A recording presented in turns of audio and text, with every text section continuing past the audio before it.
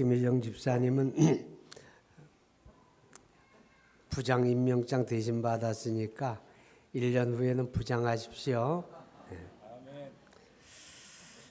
이상엽 집사님, 거기도 초등부 선생님이에요? 네. 우리 이상엽 집사님은 지난주 우리 크리스마스 발표 때 보니까 사람이 어떻게 그런 능청스럽게 연기를 잘하는데 난 연기 수업 받은 사람인 줄 알았어. 아주 잘했어요. 너무 잘했어요. 감사해요. 우리 교사들이 임명을 받았는데 우리 찬양대 임마누엘 찬양대 대장님 숫자 다 찼어요? 충분해요? 오늘 엄청 빠졌던데 34명밖에 안 앉았던데 최소 40은 앉아야지. 여러분 이 자리 꽉 차면 몇 명인지 아세요?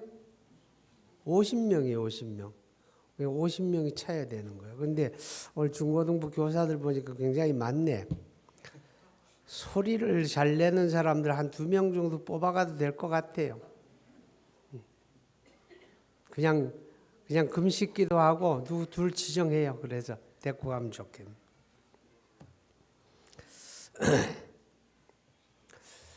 자, 예수님께서 이 산상수훈을 마무리하는 장면인데 산상수훈 마무리에 가서 결론적인 부분에서 사람들이 말해요.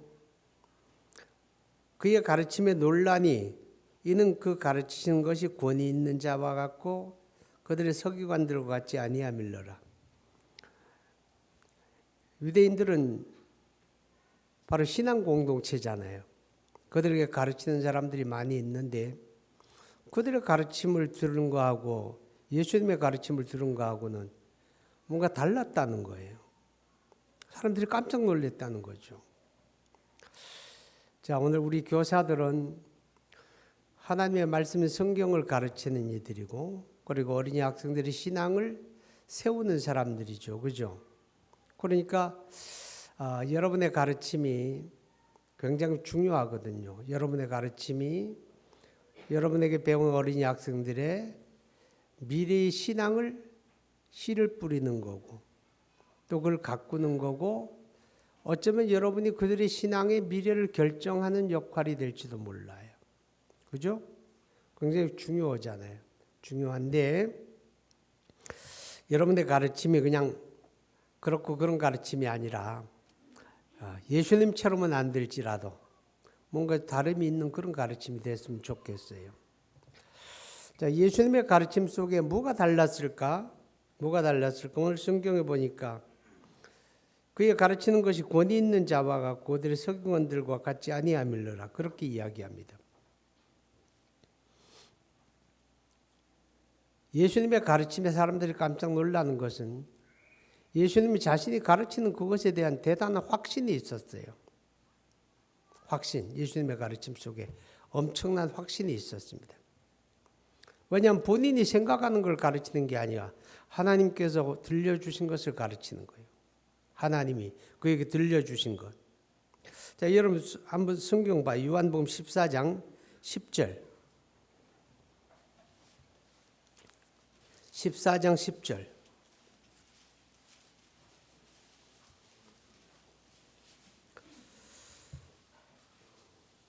시작. 내가 아버지 안에 거하고 아버지는 내 안에 거하신 것을 알지.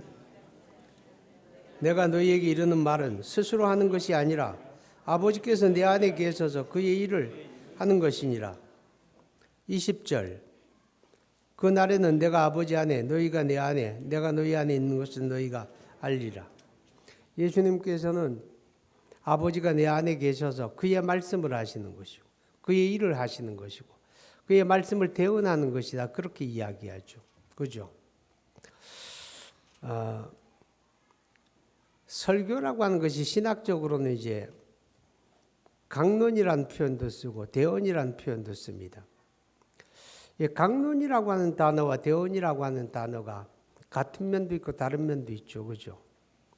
근데 강론과 대언이 뭐가 다를까? 우리가 가끔 그런 생각할 때가 있습니다. 여러분, 말씀이라고 하는 단어가 성경에는 로고스라고 하는 단어로 쓰여지기도 하고 레마라고 하는 단어 쓰여지기도 하는데 꼭 그런 것 같진 않은데 사람들이 이걸 구분하더라고요. 어떻게 구분하는가 하면 로고스라고 하는 단어는 보편적으로 주어진 말씀. 그러니까 모든 사람을 상대로 보편적으로 주어진 말씀. 그걸 이제 로고스다 그러지. 성경 말씀이다 그런 말이에요. 근데 내가 그 말씀을 읽고 들을 때 하나님의 성령께서 내게 깨닫게 하는 말씀. 내게 깨닫게 하는 말씀. 그것이 바로 레마다 그런 이야기를 하더라고요. 어떻게 보게 되면 예수님의 가르침 속에는 그의 생각을 지배하는 아버지의 생각이 있었고 아버지의 말씀이 있었던 거죠. 그죠? 우리 교사들이 가르칠 때도 마찬가지인 것 같아요. 그냥 보편적으로 주어진 성경을 이야기하는 사람이 아니라 내게 들려주고 내가 깨달은 말씀. 그래서 내가 믿고 확신하는 말씀을 어린이들, 학생들에게 가르치는 그런 교사가 될 때 그 가르침에 다름이 있지 않겠는가. 그런 생각을 하게 됩니다. 자, 그러려면 교사들에게는 적어도 확신이 세 가지는 있어야 돼요. 그 확신이 뭔가 하면 그리스도에 대한 확신이죠. 그리스도에 대한 확신. 예수밖에 없잖아요. 그죠? 요즘에 지하철역에 이렇게 가보면 또 학교 앞에 가보면 학생들을 이 신천지 이단이 이용하더라고요. 학생들이 이제 학교를 파하는 시각에 거기 나와가지고 스마트폰을 가지고 막 사람들을 만나가지고 너 심리 상태를 검사해 드리겠다고.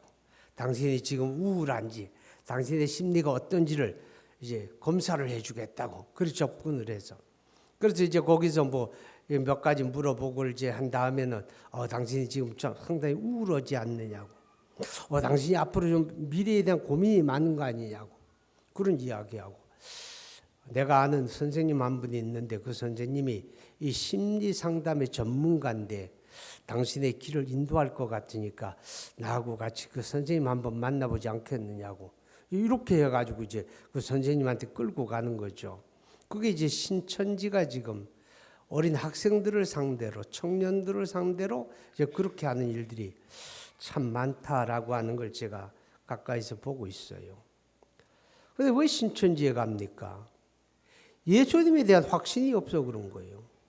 예수님만이 나를 위해 죽으셨고 예수님만이 나를 위해서 부활하셨잖아요. 그죠?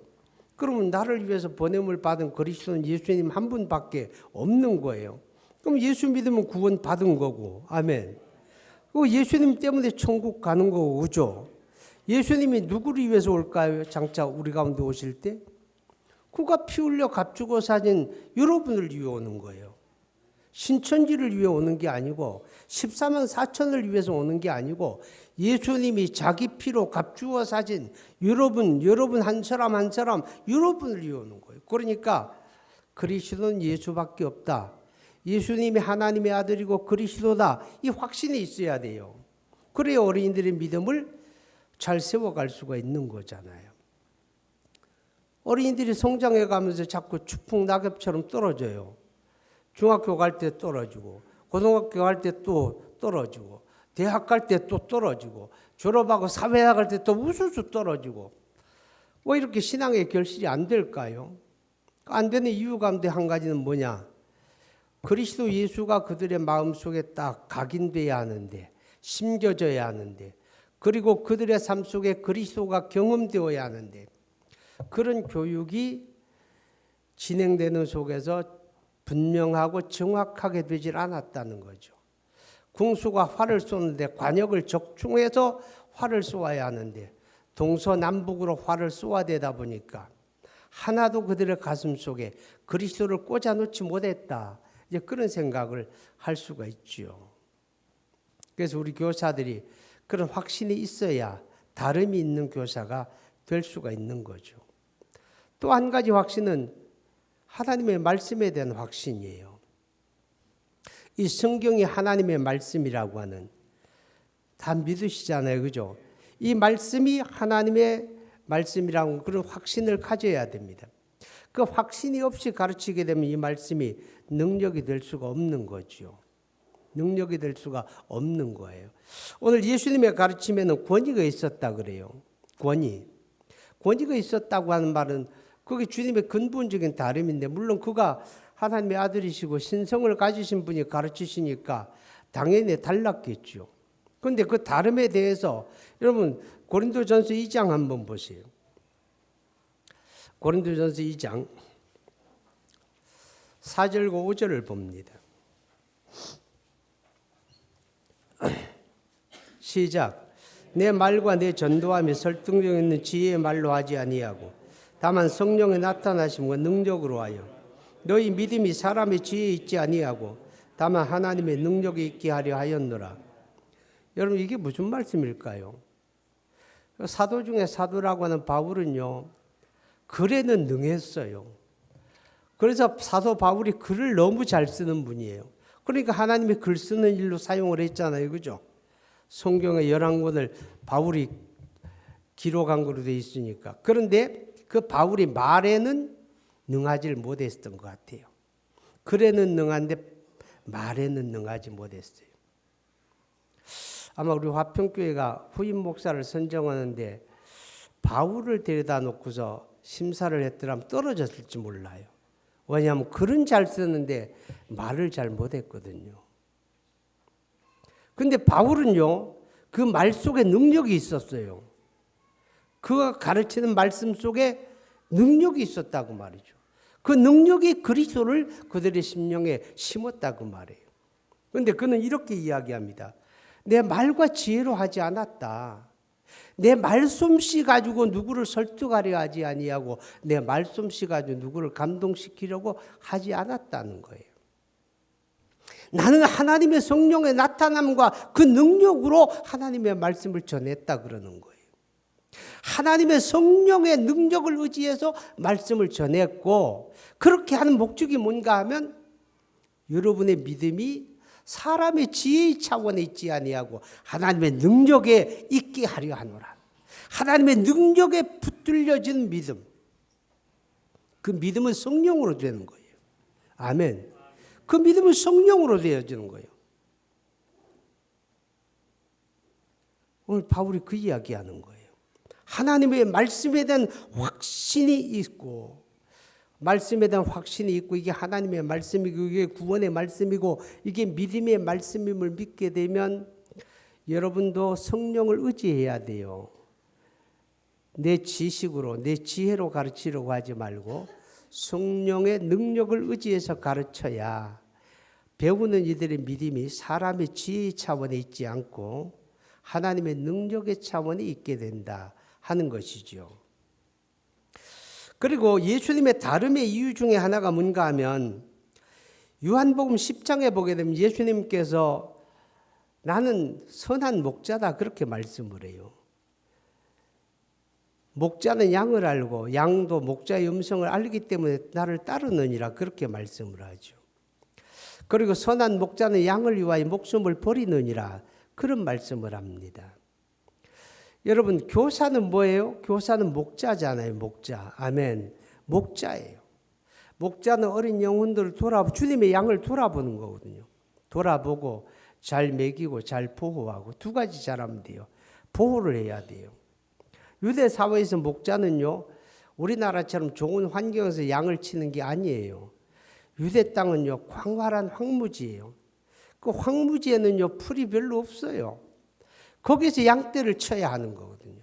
그러니까 목자가 그들에게 먹을 걸 제공하는 게 얼마나 힘든지 몰라요. 그러나 그걸 해야 돼요. 물을 찾아 헤매야 하고 풀을 찾아 헤매야 하고 그래서 양을 인솔해야 돼요. 잘 먹여야 하거든요.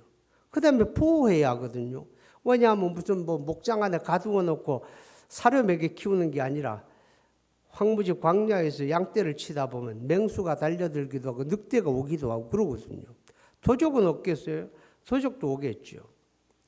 그럼 목자가 그 양떼를 지켜내야 하는 거거든요. 흩어지지 않도록 지켜내야 하고 맹수가 빼앗아가지 못하도록 지켜내야 하고 도둑 들지 않도록 지켜내야 하고 그러니까 목자가 굉장히 힘들자고 그죠? 잘 때 자면 안 돼요. 또 그런 것들은 다 남이 잡는 시간에 다가오잖아요. 도둑도 그렇고 맹수도 그렇고. 그러니까 깨어 있어야 하는 거예요. 목자는 깨어 있어야 보호도 하고 잘 먹일 수도 있어요. 우리 교사들은 영적으로 깨어 있는 그런 교사가 돼야 다름이 있지 않을까 그런 생각을 하게 됩니다. 자, 여러분 오늘 성경 요한복음 10장에 보니까 예수님께서 목자에 대한 이야기를 하면서 이렇게 이야기합니다. 목자는요, 목자만 있는 게 도둑도 있다 그러죠. 도둑이 오는 것은 도둑질하고 죽이고 멸망시키려는 것이다 그랬어요. 그 다음에 삭군도 있다 그랬어요. 삭군은 목자가 아니요 양도 제 양이 아니므로 이리가 오는 것을 보면 양을 버리고 달아나느니라. 삭군도 있고 도둑도 있고 선한 목자도 있는데 우리 와평교회 교사들은 선한 목자가 되어서 양떼를 잘 보호하시고 잘 먹여서 앞으로 그들의 미래의 믿음을 참으로 그리스도 예수 안에 잘 세워가는 그런 교사가 되었으면 좋겠어요. 근데 사실 이런 설교는 교사들에게 하는 게 아니라 목회자들에게 해야 할 설교죠. 그죠? 여러분 우리 화평교회는 앞으로 좋은 목자, 선한 목자가 세워지도록 여러분이 기도를 많이 하시기 바랍니다. 기도합니다. 거룩하신 하나님 감사합니다. 오늘 우리 교사들이 위임하게 하심을 감사드리고 하나님 이분들의 손에 맡겨진 그 영혼들이 앞으로 살아가는 삶 속에서 하나도 삭까지 되지 아니하고 잃어버리지 아니하고 좋은 열매로 결실하는 그런 은혜가 있게 하여 주옵소서. 우리 교사들에게 지혜가 부족하면 지혜를 주시고 능력이 부족하면 능력을 주시고 환경에 필요가 있으면 환경을 주시고 하나님은 모든 걸 다 주실 수 있음을 믿습니다. 다만 저들이 무릎 꿇을 줄 알고 하나님 앞에 목자의 심정을 가지고 기도할 줄 알고 깨어있는 그런 교사들이 되게 하여 주옵소서. 예수님 이름으로 기도하옵나이다. 아멘.